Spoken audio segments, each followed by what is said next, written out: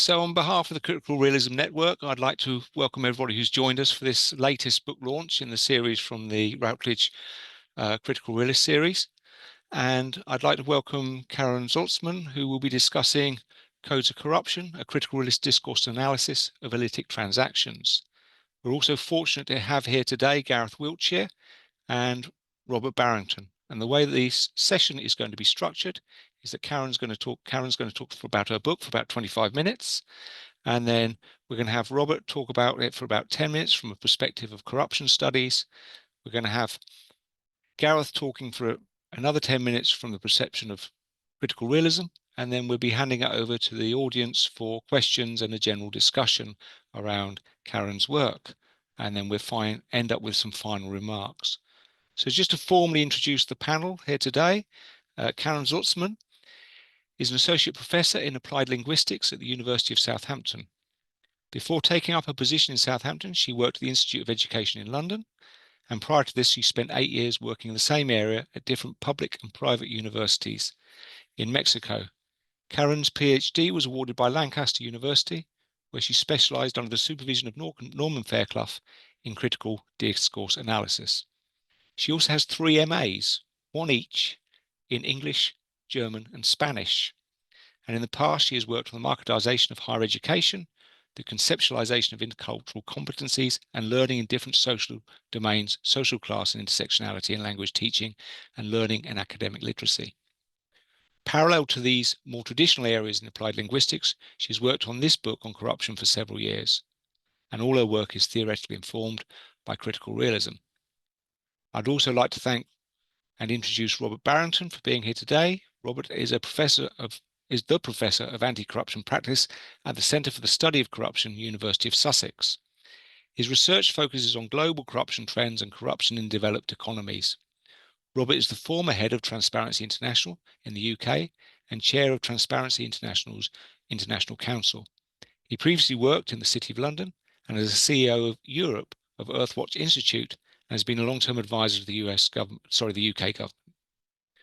Robert has published extensively on bribery and corruption, including a dictionary of corruption and understanding corruption. He holds an undergraduate degree from Oxford University and a PhD from the European University Institute. Finally, I'd also like to thank for joining us and welcome Gareth Wiltshire, who is a senior lecturer in the School of Sport, Exercise and Health Sciences at Loughborough University. Gareth has an extensive knowledge of critical realism, which he applies to his own research and his additional roles as the series editor for the Routledge Studies in Critical Realism book series, and as a member of the editorial committee for the Journal of Critical Realism. So before handing over to Karin and letting her start her presentation, I'd just like to go some basic housekeeping. Just to remind everybody that the session is being recorded. So if you don't want to be on that recording, please keep your camera and your microphone off. Other than that, it's absolutely great for the presenters to actually be able to feel they're talking to an audience. So I'd encourage everybody to keep their cameras on during the presentation, but obviously I'd encourage you all to keep your microphone off unless you are speaking. So no further ado, I'll stop sharing my screen if I can do that, and I will hand over to Karin. Many thanks. Yeah, I'm really delighted to be here with you and talk about this book that I have published. And perhaps the first issue that I want to clarify is why I, as an applied linguist and not an expert on corruption, wrote a book on corruption. So my project started or originated in my experiences from living in Mexico, where corruption is systemic. So it can affect all areas of life. Corruption, of course, occurs in other countries as well. For instance, in Germany, where I come from. But it doesn't affect all areas of life. It can be elite corruption, for instance. So basically, my work, I started from a concern about the negative effects of corruption. And in this respect, it's not different from many other studies in this area. I cannot go into all the adverse effects that different kinds of corruption can have, but inequality features among them. So as a matter of fact, the degree of economic development is inversely related to the rate of corruption in a country, because the phenomenon absorbs many of the resources that are needed elsewhere.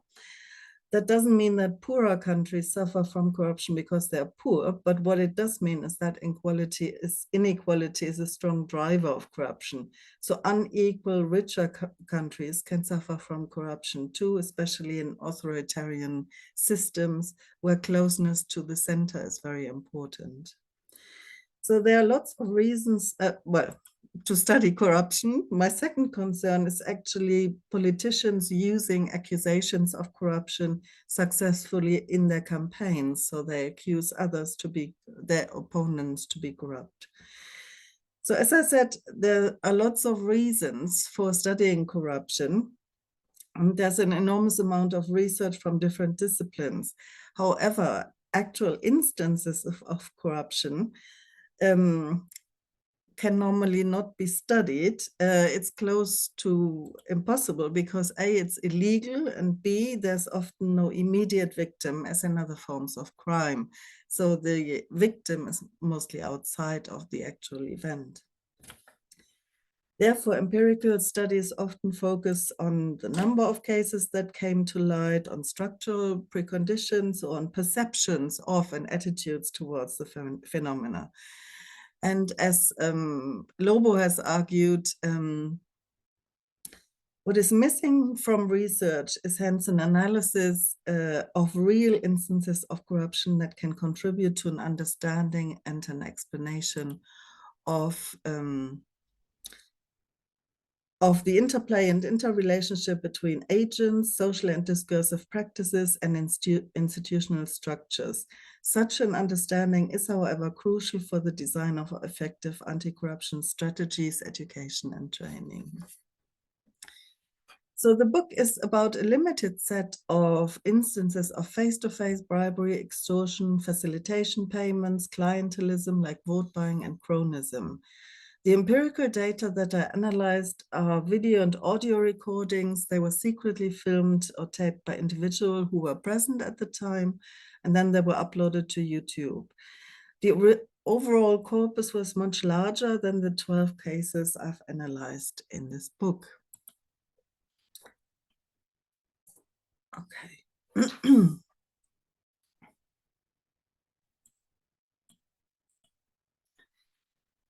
So in face-to-face, before I come to discourse, in face-to-face acts of corruption, discursive and semiotic resources are crucial.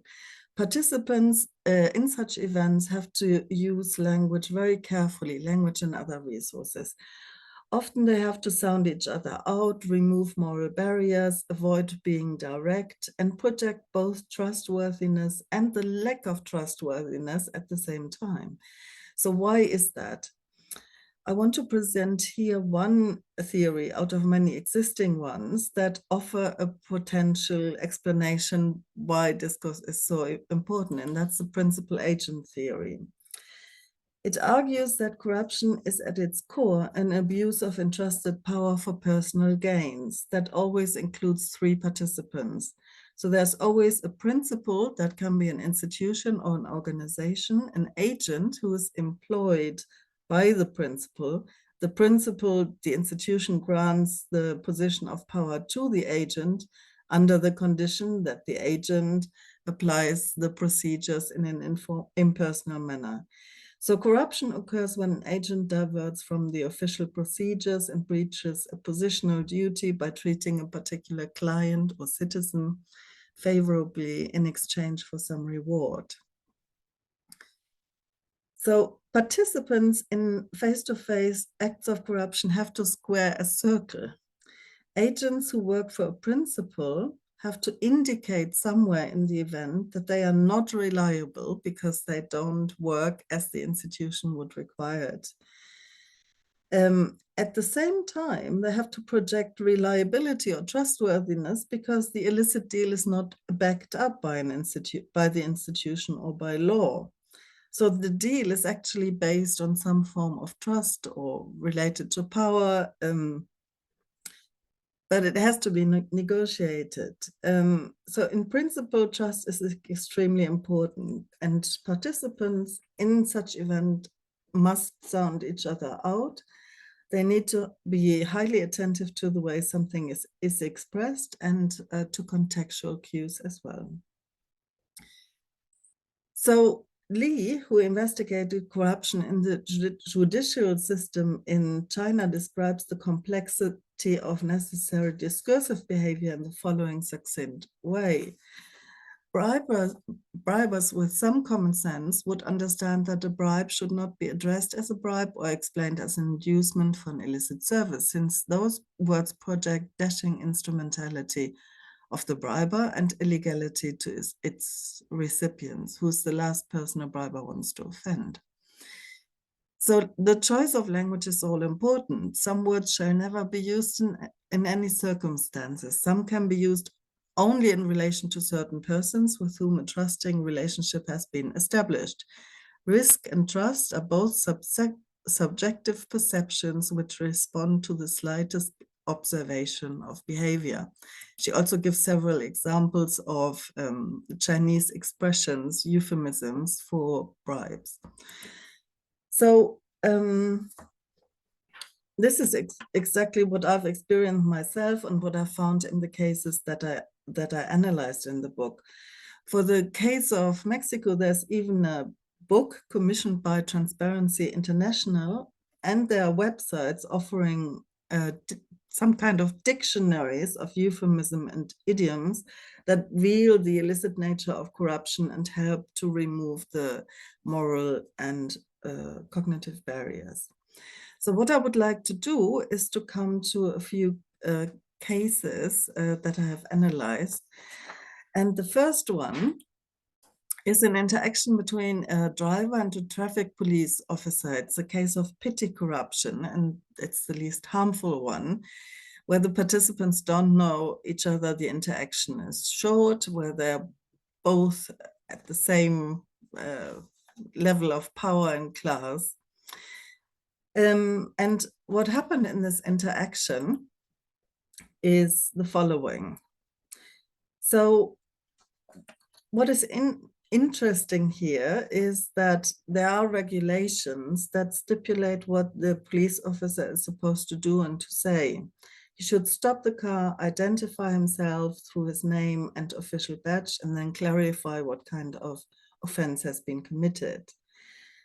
But the interaction does none of that. And so it's quite unusual, because the two first exchange polite questions about their well-being. They give each other the hand. They establish a friendly tone, and this already prepares the floor for a potentially amicable negotiation. In addition to this, the public servant seems to interpret his role in a rather informal manner. He wears earbuds, apparently listens to music, and chews a gum. The comment in line 4, well, here we are hanging around in the cold and the sun, not knowing what we might catch, is highly ambivalent. It could mean, potentially, that the officer is in danger of catching a cold. Implicitly, that could mean he's complaining about his working conditions. But it's equally possible to interpret the verb to catch as an indication that he interprets his role in a flexible manner and might look for private gains during his work. So the police officer leaves it to the driver to decide what possible interpretation of this statement makes the most sense in this context. What he also does is he projects uncertainty about his role, and thus uncertainty about what is possible in the ensuing interaction. After this informal beginning, the officer moves to the actual offense, the overstepping of the speed limit. But instead of simply stating the traffic violation, he asks the driver whether he knew about the speed limit, and thus offers him an opportunity for an excuse or explanation. And he calls them boss, Jefe, which is often used in informal context. I will not present the entire case here, but I think it is reasonable to argue that the police officer has successfully presented himself as approachable and flexible, someone who is willing to communicate with the driver in an informal manner. This is a balancing act, though, because his leverage in the situation stems from his positional power that the principal endowed him with. So he moves between the obligatory official procedure and the attention to irrelevant details, and between the formal and the informal register, together with specific bodily movements. And he thus hybridizes the official genre, and thus expands the range of possible or allowable future contributions. And the driver colludes because he doesn't want to pay the fine. So much of what is communicated here is implicit and ambivalent, but nevertheless essential to what the people do. And they later on successfully close the deal. What they do is, and here I quote Lidenauer, is they manipulate or exploit formal rules by enforcing informal norms and personal obligations in formal context.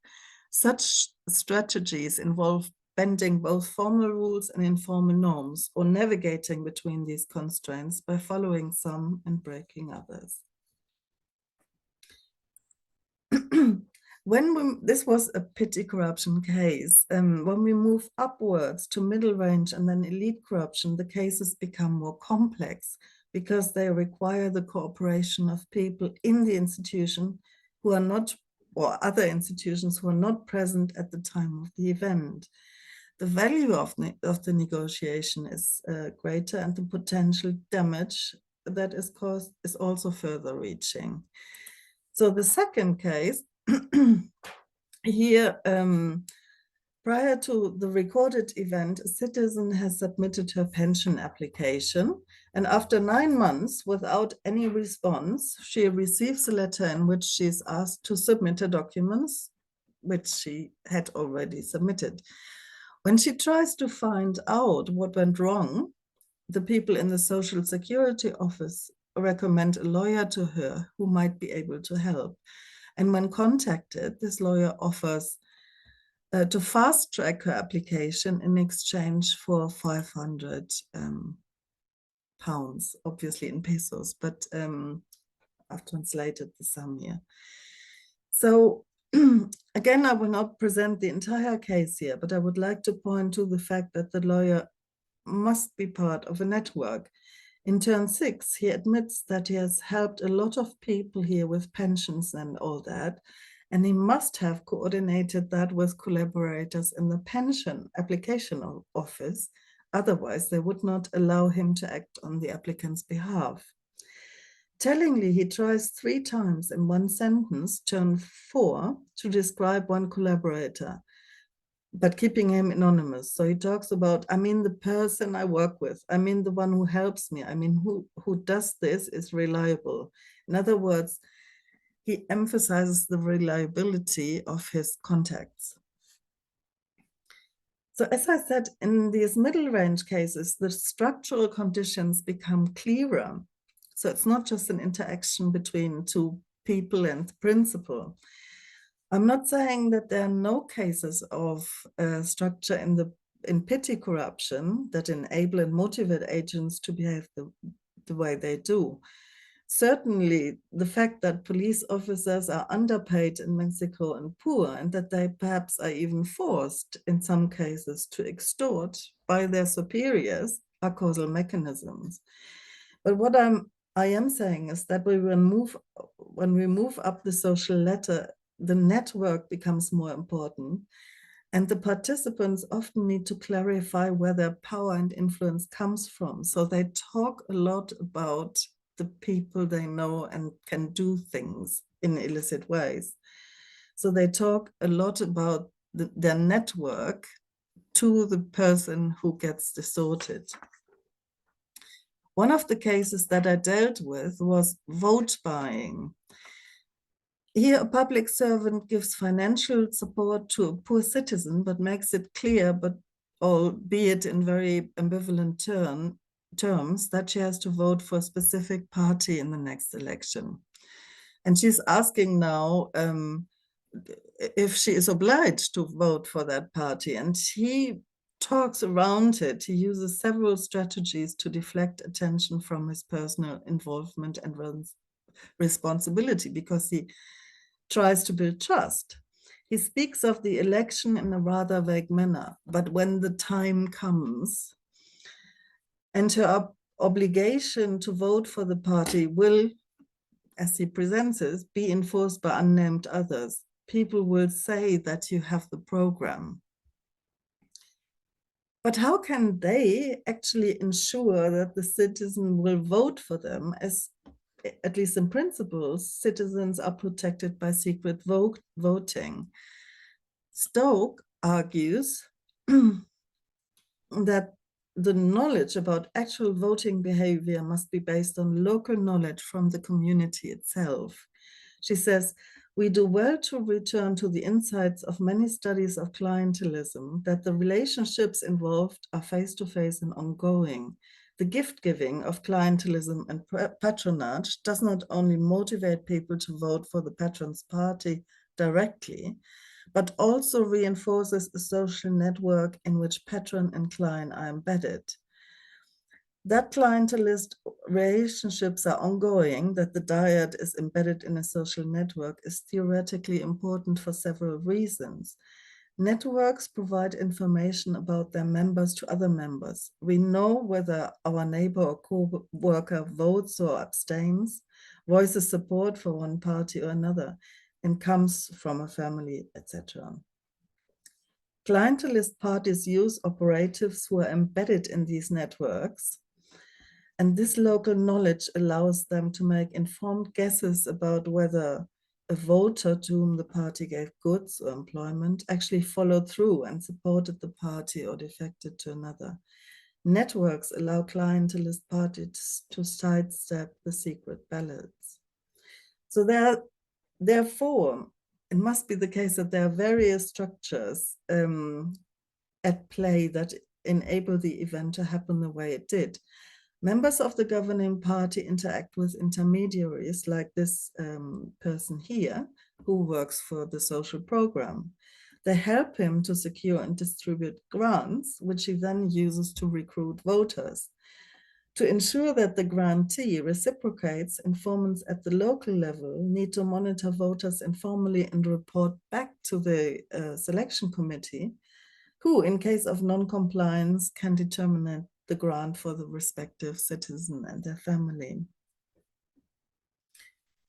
I want to give you one last example, and this is from elite corruption. So in this video, a deputy in the local Congress extorts a mayor from a local community by offering to delete a debt incurred by the municipality that the mayor represents, in exchange for 10% of the overall amount of the debt.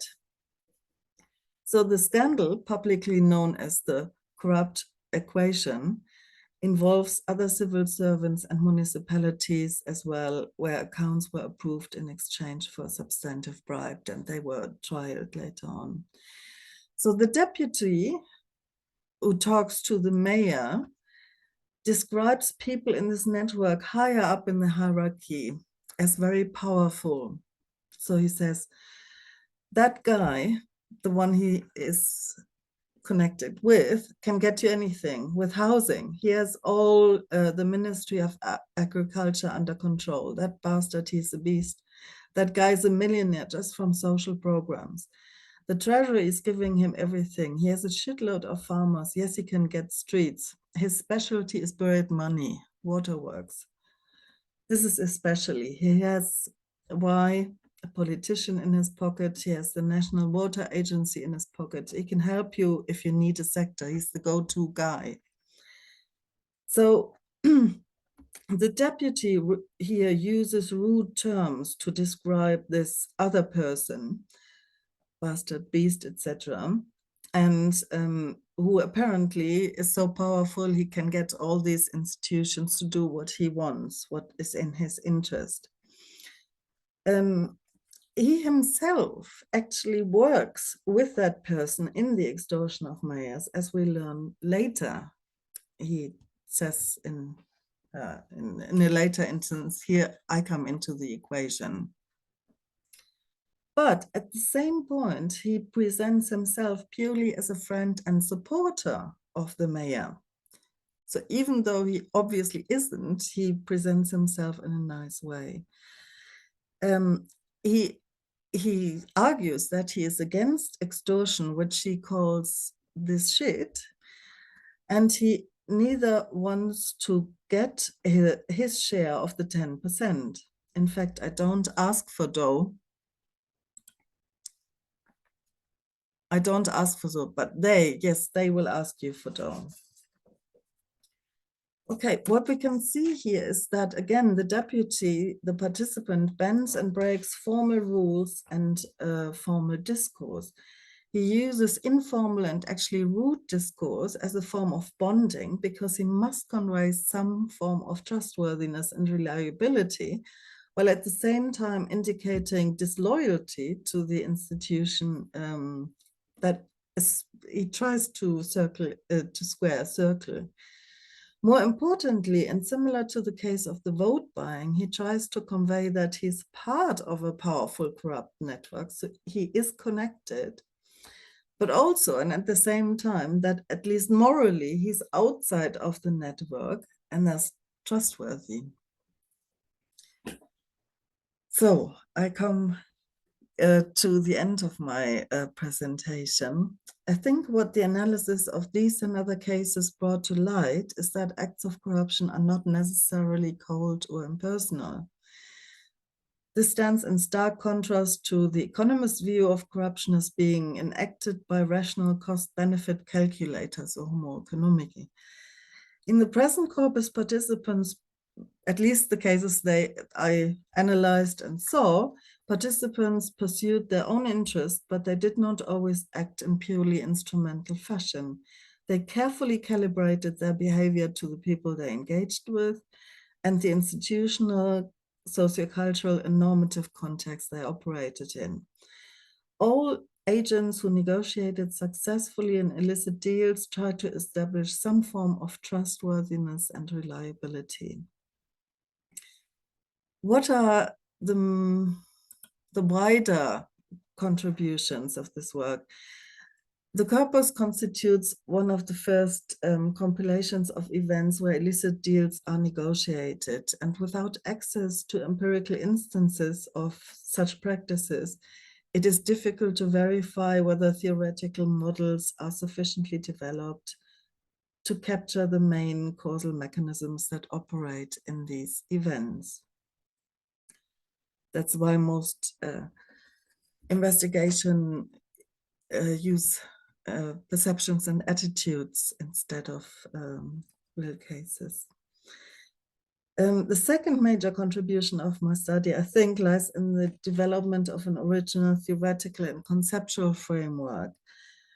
Through its stratified and non-reductionist ontology, critical realism avoids upward conflation, so the cause of corruption lies in corrupt individuals alone, downward conflation, where some people would say individuals are determined to be corrupt either by structures or by their culture, and central conflation, where corruption is nothing but social practices by individuals who negotiate illicit deeds. So I think this brings the unique causal powers of each element of agents, of structures, but also of semiosis to light. And that is a necessary condition for showing their complex interplay in actual events. Thank you very much for listening. I hope I'm more or less in the time frame. That was absolutely spot on the timing, actually, Karin. You couldn't have timed, well, you did time it perfectly. So on that basis, thank you very much. And I will hand over to Robert, who will be responding to what you've presented. Thank you. Thank you. And the first thing to say is thank you very much for having me to this launch. It's a real pleasure to be here in a discipline that is very different from the world I normally inhabit. The world of corruption studies tends to be based broadly, as Karin's intimated, around political science, economics and law, with occasionally some sociology, anthropology and history thrown in. So this is a really fresh and new perspective.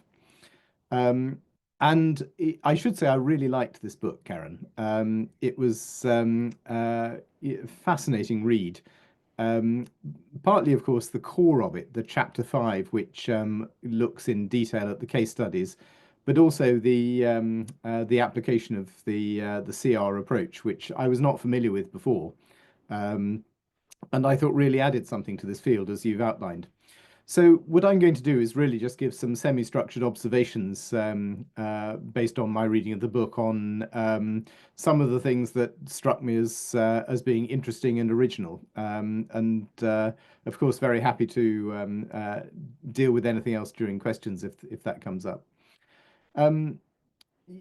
One thing to say, Karin, I think you're very self-deprecating about your knowledge of the field of corruption studies. You clearly read very widely in it, and I wouldn't have known had you not said that you were new to this field. I think you've really covered that literature very well. And you know what strikes me about the data set you're using, these really fascinating transcripts, is the parallel actually with something like the Panama Papers, where you get this kind of unmediated data set, which therefore needs interpreting. And I guess that's why it's so fascinating to have your CR approach added to this, because as a corruption analyst, the first thing that strikes me is, you know, how interesting it is to read through the material. But then, of course, the second question is, how on earth do you interpret this material? You know, what's it really telling you? And that's, I think, where you really, you know, you bring the CR approach to the fore and is very useful. So I think we get, you know, we get insights into how corruption is actually negotiated at the coalface, as it were. And again, as you said in your presentation, that's very rare. You know, there is a lot of theoretical literature, really by default, because the empirical literature is based on actually, you know, very, very little evidence, and in part what's come out through court cases, but that is not normally transcripts, certainly not at this level. And although you've, you know, 35 doesn't seem to be a big number, it's actually great you've been able to categorize into the petty, the mid-range, and the elite, because we've got a big variety there. Just sort of by the by, there is a thriving industry in training courses on corruption, which are based on people's sort of anecdotal evidence and experience. And I think there's a great body of material here that could be hugely useful in training courses, not just the transcripts themselves, but actually your interpretation of them. And again, as you mentioned somewhere in the book, there's a great comment from Einstein, which is something like, if I had 60 minutes to save the world, I'd spend 59 minutes trying to understand the problem and 1 minute finding the solution. And I think, you know, that's really so important in this book, that actually understanding the nature of this problem is so complex that, you know, in a way, a bribe is the simple and most basic form of corruption. And you'd have thought it's very easy. You know, somebody pays something to somebody else and they get something in return. And it's all sort of illegal and under the radar. Well, you know, I think what you demonstrate both by the transcripts and the analysis is it's hugely more complex than that. And there's lots that is going on. And I think that understanding of the problem is really critical here, you know, really understanding this multi-layered, multifaceted nature of corruption, even in something like bribery, which you would think is very simple and straightforward. So I've got a few comments on the 3 levels that you mention. But I should just say as an aside, I was left really wanting more, you know, more of these transcripts and more of your analysis, because it was so rich and so fascinating to read. And I really enjoyed the memorable characters as well, like the lady doctor, who will stick long in my mind as a really objectionable person. And I felt very sorry for the police officers in that particular case. But also what struck me about some of this is you know, some of it almost read like a Hollywood script.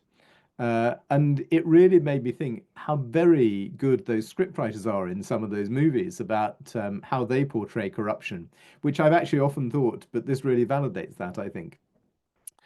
So on the petty corruption, you know, one thing that really struck me was it reinforces the notion and challenges the notion as well of who the victim is in these bribery situations.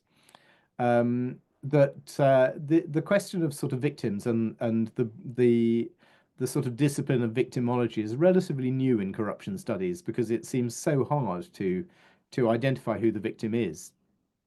But I suppose what really came across in some of your analysis through the transcripts was that where you have the both the public servant interacting with what you described as the client you might think is the victim because they've had to pay a bribe to get a public service. On the other hand, the public servant in these cases, as you point out, the Mexican police are paid very little and maybe lent on by their superiors to do some extortion. So actually, the question of who the victim is not quite clear, and the kind of humanization of this through the transcripts is really brings that to fore, I think. What also struck me is that the bribery exchanges are very transactional. You know, it's pretty clear what everybody's role is there. When you get to the mid-range and the elite, it's actually more sophisticated than that. Partly, as you said, you know, you're dealing with players who aren't necessarily there on the scene. And that's reflected, I think, in the length of the exchanges. Particularly, it really struck me in the middle range that those exchanges are really quite lengthy sometimes, and again very sort of rich in both in detail, but also in sort of lots of other things going on about the relationship forming that you mentioned. Also, I was struck in the pension case, you know, how that opportunity for bribery is created by the sort of fundamental bureaucratic inefficiency. This poor person has submitted their documentation and waited 9 months only to be told that it's gone astray and they've got to resubmit. Well, of course, that immediately reminds me of two things. The first is the famous Klitgard formula around corruption, that corruption is monopoly, a combination of monopoly, accountability, and transparency, lack of transparency. But also it struck me that that kind of bureaucratic inefficiency is not unknown in lots of other countries, including the UK. And it reminds us, I think, how incredibly vulnerable countries like the UK are as well to this kind of behavior. Though we often assume in this country that it happens only overseas, but the vulnerability is there, and how important those other things are, like cultures of integrity, to preventing that taking hold. And that integrity point is, I think, really interesting throughout this, and particularly you see it actually in the petty corruption that you highlight, is how there are officers who, for whatever motivation, are saying, I'm not going to go along with this. And that, you know, in my life in Transparency International was always incredibly encouraging, that the picture of corruption around the world is always very bleak, really. But on the other hand, you so often, even in the most highly corrupt environments, you get individuals of high integrity who are able to make a small improvement and sometimes make life more bearable for the victims. On the higher level, the elite corruption, as you describe it, what I think again is more interesting there is, and again you point out, is how at the elite level it diverges from functional corruption. This isn't simply, you know, pay a transaction in order to get something done, which should have been done anyway. This is really about personal enrichment and personal gain at a high level financially, and it becomes much more societally harmful. And it also extends out into lots of those other sort of areas of corruption, away from bribery into the clientelism, the cronyism, those other various things that you talk about. So just finally, a couple of points to end on. The first is that what really struck me about the looking at this as a whole is, of course, this question, going back to the Einstein question, well, if we understand the problem better, what can this help us to do about it? And I think that's very interesting to explore further. It reminded me immediately of the police reforms in Georgia. That is the country of Georgia rather than the US state of Georgia, which encountered some very similar problems and introduced some really quite radical solutions to those. But then I was struck with some questions that, precisely as you said, this is a big gap really in our in previous approaches to corruption, because this kind of data set wasn't available. But I'm guessing that in this sort of world of everybody having a phone and police officers wearing body cameras and this kind of thing, much more of this kind of information might become available if it's not already. And so I'd be fascinated to know whether other such data sets could be available for analysis to apply your framework and your approach. And also, just at a basic level, I was really interested in how much time that kind of analysis takes. It looked to me like this was the work of a lot of work to have got as far as you had. And I was wondering whether AI might be of help in doing that kind of analysis once you've set up this framework. So that concludes all my various observations, and I'll hand back now. Thank you very much for that, Robert. That was fascinating to hear. And I'm sure those questions will be picked up later on by Karin when she responds, before we take general questions from everybody else. Is that going to be okay, Karin? Yeah. Yes, of course. Thank you. Fantastic. So much, Thank you. Robert. I will hand over now to Gareth, who will be talking about this from a perspective of critical realism. Thanks, Steve. Yes, and I will echo the points already made. That I found this to be a fantastic book. What a wonderful contribution. So my role here is to talk about the book from the perspective of critical realism and the contribution it has made. And my role in doing that has really come from me being the series editor for the Routledge series in critical realism. And in that role, my job is normally to pass proposals along, give some guidance to authors, and to check that the book fits well with the series. So I'm really fortunate to be one of the first people to get to read the manuscripts when they are finished. And I don't have to read the whole thing, but on this occasion I found myself reading far more of it than I should have done, and I completely agree with Robert in that when you start to read these accounts, what comes through is these characters. That was a fantastic word, and wanting to really seeing myself almost watching this interaction between these police officers and the drivers, and seeing these acts of corruption unfold. In conversation analysis, you get this word accomplishment. So how corruption is accomplished, and I think that's a nice word that came to mind when reading the data, because as we've already heard, it's very much it takes work to accomplish these agreements. So it's certainly an important topic and an interesting read, but from a critical realist perspective, I think it's that a key contribution with works like this is that it responds to a call that's been happening for a number of years now, where people really are engaged with critical realism, but what they want is nice examples of how it can be applied in practice. And this book is primarily about corruption first, and then the critical realist work comes as it should, in my opinion, as this underlaborer, as this underlying structures, frameworks that a researcher might use to conduct and think through the research. And I think it does a really good job of that and demonstrating that. So if anyone is on the call or viewing this in future who is sort of in that space, and they have their substantial topic of interest, and using critical realism, but unsure exactly how to use it, how to put it in practice. I think it provides a really good example of how to do that.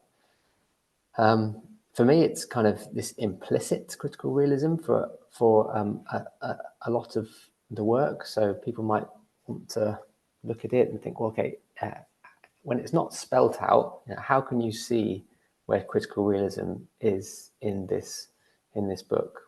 And I'll just point out some of the clear things to me. So if you look at the research questions, you go to research question 2, which says, what structures enable, constrain, and motivate the participants to behave in the way they do? So implicit in this question for me is there are things in the social world that have causal powers to influence behavior, and this influence is neither deterministic, neither is it something that individual agents can kind of reinterpret or just imagine away through their own creativity or their own perspectives. So they are external to any single individuals, and I think this is a clear kind of critical realist framing, something that critical realists would agree with. In research question 3, you have what must be present or absent for these acts of corruption to be possible. So for me, this is a nice example of retroductive thinking in practice. So ensuring that as part of the research, as part of the thinking that's underlining the study, is this idea we need to think through what must be present or absent for these acts of corruption to be possible. So not only is this a nice example of retroductive thinking, but the note of absence, which didn't need to be there, okay? What must be present or absent? So absence as a causally relevant consideration. CR, I feel, is also very evident in the framing of methodology. So quantitative methods are given a little bit of space in justifying this book as a gap. Quantitative methods are talked about, though not disparagingly at all, as you do see in interpretivist works or hard constructivist positions. So there are no concerns about the compatibility of quantitative methods within critical realist paradigmatic terms, merely a practical question that Karin raises, noting that quantitative research can be descriptive, like reporting incidents of corruption, but it can also be explanatory, like measuring attitudes towards authority on a Likert scale, perhaps. And this reminds me of Catherine Hastings' work. So the justification of moving away from quantitative methods is because of the difficulties in defining and isolating clearly these variables that are causally relevant, not from a disagreement on a paradigmatic sense. I'd also add personally that statistical analyses will often require larger sample sizes, which you might not have access to in this book. So trying to look at the causally relevant structures and forces at play would probably be accomplished through the qualitative methods that we used. So in all these ways, this becomes quite clearly a critical realist piece of work. So a more general point is that there is this attention to causal mechanisms throughout, and through that we see this CR being used as a philosophy of science. But not only is it used as a philosophy of science, we also see CR being used as a social theory as well. Sometimes there's a criticism of CR being kind of both of them at the same time and perhaps getting that confused. But in my opinion, this is as an example of them both being used in a compatible way. So Archer's structure, culture, and agency is used as an explanatory model, and that brings a nice framework to how these interactions are taking place. There's some very quotable things in that realist introduction as well, which I'll be using in the future, Karin, so thank you for that. I'm always looking for new sort of things to quote, and I think you do a very nice job of saying the critical realist ontology assumes that things exist outside of the mind of the researcher, which is a nice clarification, I think, which we could go on to at some point, but I won't. Transfactuality is used. I mean, there's a couple of things that I want to just pick up on just to finish. I think all that is just me essentially saying that this is a fantastic example for readers to look at of how critical realism can shape a piece of work and can guide a project. But just to pick up on a couple of things that could possibly be points of discussion. This idea of transfactuality being the first one, which is talked about in critical realist work, things that you can observe empirically, things that you can capture, and things that you can't. So in the introduction, it's described with an example of being able to observe two people engaging in an implicit quid pro quo bribery. You can capture that, but what you can't capture is why they engage in it. So what Karin introduces is this unobservable dimension. And my question that I often return to when working with critical realism is this sort of why. Is this always an unobservable thing? Is this an entity which is completely unobservable? Or is that just a helpful way of holding it in our minds for the moment to say that it's unobservable in this particular study with this particular data set for the time being? So I think that's an interesting thing to think about when using the ideas like transfactuality and distinction between Pascal's layers of reality. The second point, my last point of discussion, might be this idea of absence, which is used as I mentioned earlier, as a causally relevant thing. I wonder sometimes if absence is a useful cognitive tool for us, or whether it actually absence actually has causal powers in itself. The example given in the book is that the mafia flourished in the US in the absence of adequate state policing or social structures.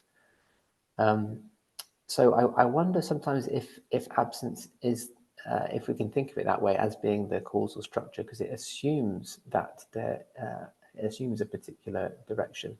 And the example I would say is, I did a half marathon last weekend, and as people would know who've done a half marathon, or knows anyone who's done a half marathon, is one of the most important things is you need to tell everyone about it afterwards. So here's my opportunity to tell some more people about it. And it was a warm day in Bristol, I had to drink lots of water. I had to keep myself cool by throwing water on my head as I ran. And towards the end of the race, some people were on the floor with exhaustion or overheating. And I thought to myself, well, so if I hadn't have drunk water and kept myself cool during the run, would that have caused me to have to stop the race because of exhaustion? So absence of that, does that explain why those people who didn't stay cool during the race weren't able to finish? However, I mean, that kind of assumes that that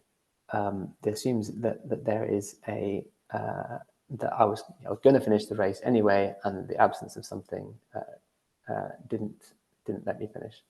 So the direction of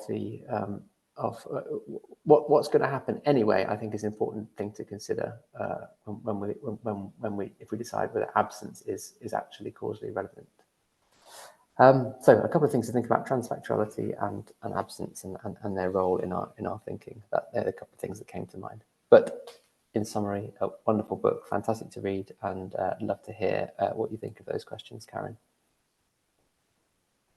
Thank you so much, Gareth. And before I hand over to Karin to respond to both Gareth and Robert's points, I'm aware that Claudia's had her hand up earlier, so after we've had that response, I'll go to Claudia for her question, if that was a hand up for a question. And obviously, if anybody else has any questions they'd like to ask Karin, could you please put your hands up and I'll start making a list of who's going to be asking questions. Thank you very much. Over to yourself, Karin. Yeah, thank you ever so much, both Robert and Gareth, for your feedback. It was, really such a delight to hear those words because it took a long time. So it took me 10 years to collate a corpus, to come up with the theoretical framework, what I wanted to do in the analysis, how to do it, etc., with the whole research design. So it was a lot of work, and I think you're absolutely right saying that mobile phones and might, like in this case, help us to compile other data sets for other countries, for instance. Yeah. While I was doing this research, I listened closely to news about corruption cases. So there was, for instance, the corruption case in Austria, where there was a recording of someone who wanted to sell a newspaper in order to influence politics, etc. And Kurz, the then president, had to leave his position afterwards. So I was listening to those news as well, and I felt that many of the things that I've observed in this corpus actually happened in other countries in similar ways. I think the negotiation was conducted in similar ways, actually through informal discourse, through the bending and breaking of genres. And I think perhaps with other data sets, this framework that I've developed, or these results, can be complemented and refined, etc. And what you were saying about AI, yes, it would be nice to be able to analyze transcriptions like these, or to make a transcription with the AI as a tool, because it took an enormous amount of time to do that. So if there was a shorter way of doing it, yeah, that would be great. Gareth, you mentioned absences and transfactuality, and that's absolutely the case. These two concepts are very important in this research, because the only thing that I had were empirical data from videos. I couldn't interview participants, obviously. I couldn't do an ethnographic study in the institution. I could only reason about the structural absences and presences. What was structurally present and what was absent, in order for the interaction to have taken place the way it did. So I could only argue for what must have been the case for something that I couldn't empirically prove. I couldn't say this institution is corrupt, or the police were actually, traffic police officers were actually forced by superiors to extort the citizens. So I think I think we always have to do this. We always have to reason about things that are not empirically there, but have to be there in order for something to take place. And in the case of absences and the case of corruption, the absence of oversight, of accountability in certain situations, but also the absence of resources, financial resources of people with like the police officers, are causally effective. And I think those two concepts played a major role in my research. Yes. Does that answer to the points you raised, or do you want me to expand something?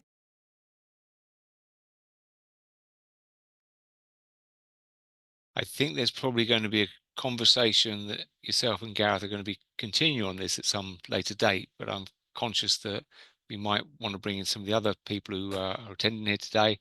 And so I'll pass over to Claudia, who has a question. Claudia, what a pleasure.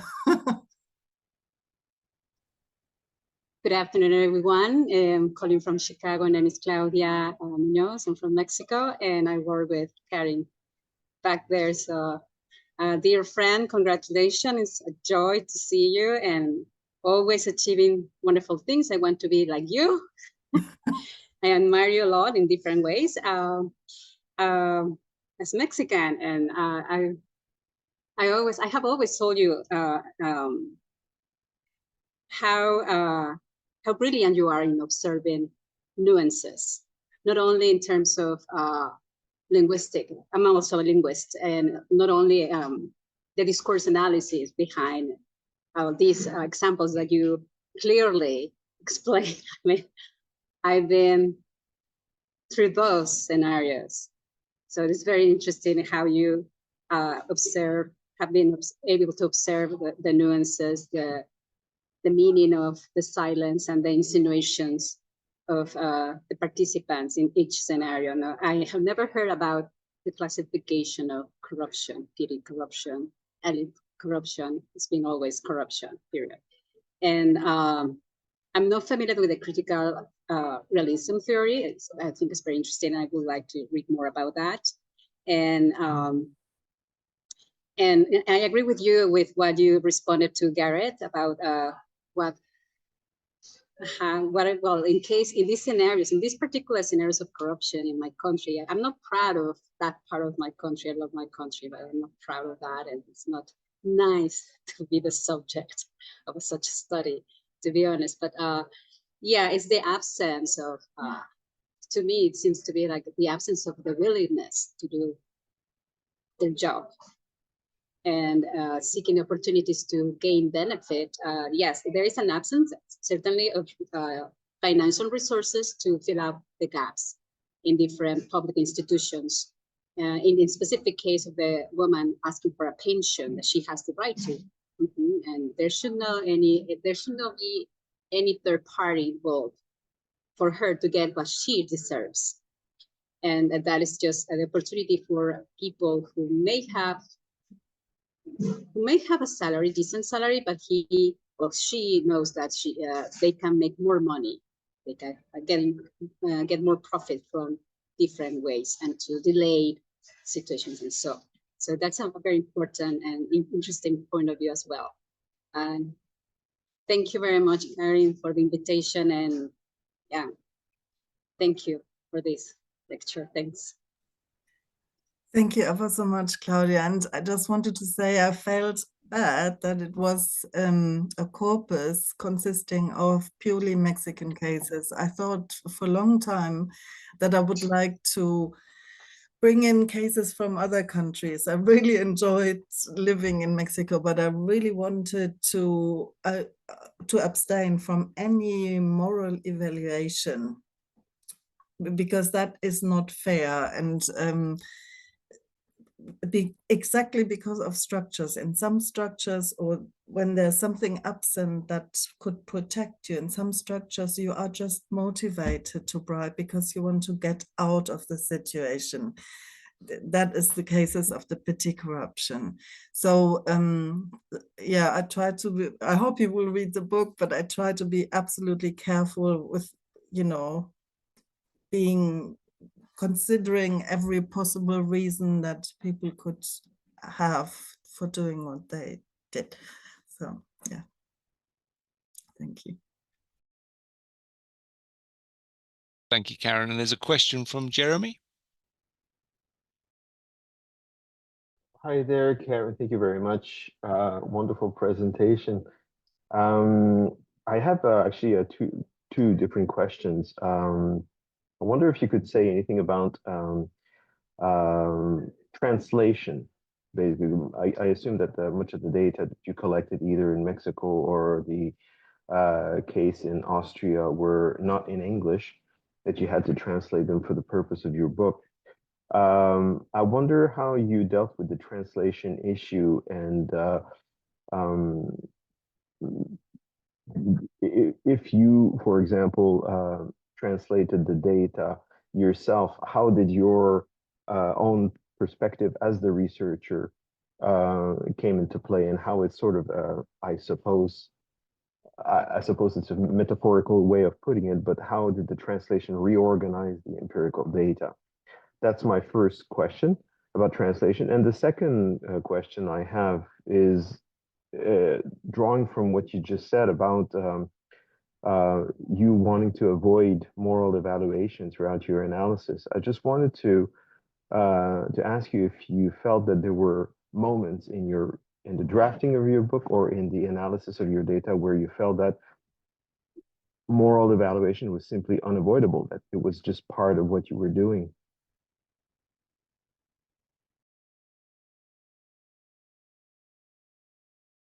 Yeah, thank you ever so much for these questions, Jeremy. Translation was a big laborious process. The videos that I analyzed, they are publicly available, and some of them have been viewed 1 million times, like Lady 100 Pesos. Yeah, she's a very famous case. But I didn't want to increase the traffic on these sites any further, and that's why I translated it into English. Otherwise, I might have worked with Spanish corpus. So I gave them different titles to the YouTube videos, and I translated it into English, which anonymized the data even further. Having said that, every instance where I wasn't sure about the equivalent in English, I left the Spanish word in brackets behind. Secondly, I had to work with bilingual Mexicans who could actually help me with the interpretation of what I was seeing, because I didn't know. The language is partly coded. It's very ambivalent, very vague in many instances. And I needed somebody with more insight to help me to make sense of it. So translation was actually a collaborative effort. And the other thing that you said about the moral evaluation, maybe I should, well, I'm not in the position of doing that, but of course, the whole project has a normative concern behind it. Yeah, as I said, I'm doing this because corruption is a social ill, but it's a complex social ill, and it's important to understand how it actually works in practice. I think at the elite end of corruption, and I'm thinking now especially of one case where a journalist was abducted by police people who were instructed by a politician. Of course, you are not neutral when you deal with such cases. Yeah, this is unnecessary. This is cruel, and of course, the person but the person has been convicted. Yeah, but I try to remain objective in the analysis, although I know that's not possible. But to distance myself from any emotion or evaluation. Thank you very much. Yeah, thank you. Thank you, Karin. And we've got a question from Dave. Thanks, Steve. Thanks, Karin, for a fascinating book. I haven't read much of it, but I've read a bit of it, and the cases are extraordinary, aren't they? And I think for me, one of the things I find fascinating is the way that some at least of these interactions, and the one with the police officer I'm thinking about in particular, that you used in your first case, depends so much on subtext, not so much on what is said. At a certain point, it becomes explicit, but until you get to that point, it's all subtext, isn't it? Like the thing about the police officer, I think, am I going to catch something? It could be a statement about, catching a cold, but maybe it's a statement about catching someone speeding and giving them a fine, or maybe it's a statement about catching, a £20 bribe, and it's a statement that means something very different depending on your understanding of the cultural context, isn't it? you could read that statement and think, oh, what is he talking about? Or you could read that statement and think, oh, he's talking about, the sun, the cold. But if you're the driver sitting in that car and this policeman is making this statement, you know that actually what is going on already, don't you? And you're very much interpreting this, not in terms of the actual literal language, but in terms of how you locate that language in the context.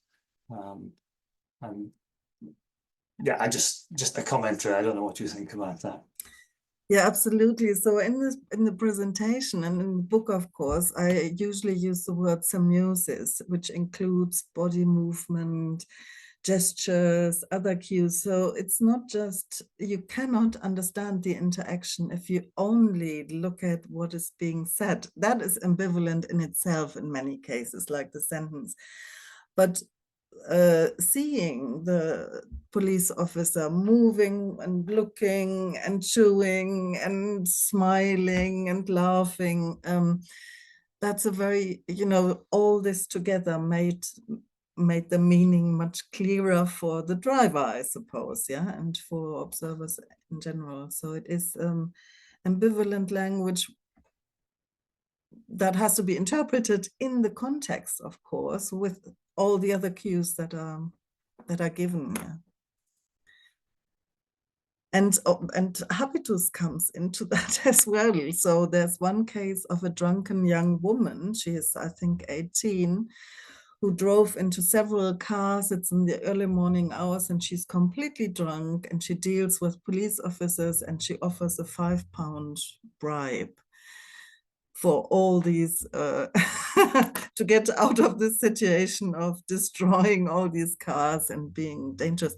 But she is so drunk that she can hardly articulate yourself. So in terms of the debate in critical realism between self-reflexivity and habitus, this is really a case where she could only draw on her habitual knowledge of bribing in order to go through with this. She certainly didn't have much cognitive capacity in that situation.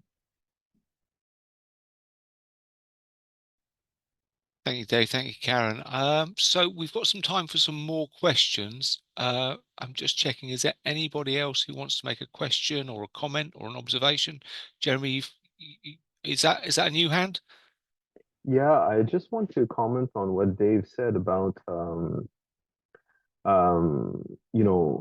how do we interpret printed text, basically. What we have available in Karin's book are transcripts, and to the readers, those are printed documents. We are completely, obviously, necessarily detached from the actual event which happened in Mexico and so forth. What we have is the sort of the discourse, the textual rendition of what actually happened. I think what Dave was trying to mention was the in the field of pragmatics, what we talk, how this discusses the differences between the locutionary, illocutionary, and perlocutionary forces of a statement. A statement has a textual sort of combination of lexical and syntactic elements. Then there's another layer, which is basically how it fits in context, and what is implied, what is the person who utters that statement actually means. Of course, there is a lot of variability. There's a lot of wiggle room and ambiguity in saying things. You could say, for example, it's very hot today. You can say that. You could say this as a descriptive statement, or you can say this as a request for somebody to close the window, for example. But I think it's very important to remember that when you introduce the element of, when we bring the necessary argument about things meaning very different things depending on the context, we should not also assume that the variability is infinite, that actually statements have some possible interpretations depending on the context, but that variability is not like ad infinitum. There's a limit to what we can do with language, actually. And so I think that to some extent, this is just an opinion. When we bring the argument of variability, we should not take it to the relativist extreme and actually kind of also at the same time commit to what the text tells us, because the text, I believe, does tell us quite a lot about what the people intend to say. I don't know if Karin has anything to say about this element, this question of variability. There's just a comment I had to say about what Dave said. Yeah, I think, yeah, no, I don't have a comment, but thanks for that, Jeremy. Yes. Yes, but sometimes there can be a contrast between that what is said and the perlocution, the elocution, that what is meant. So you have to go beyond that text as well. But you can only do that through reasoning and argumentation. And of course, you can be wrong. So I try to be careful about this because it is an act of interpretation. Yeah.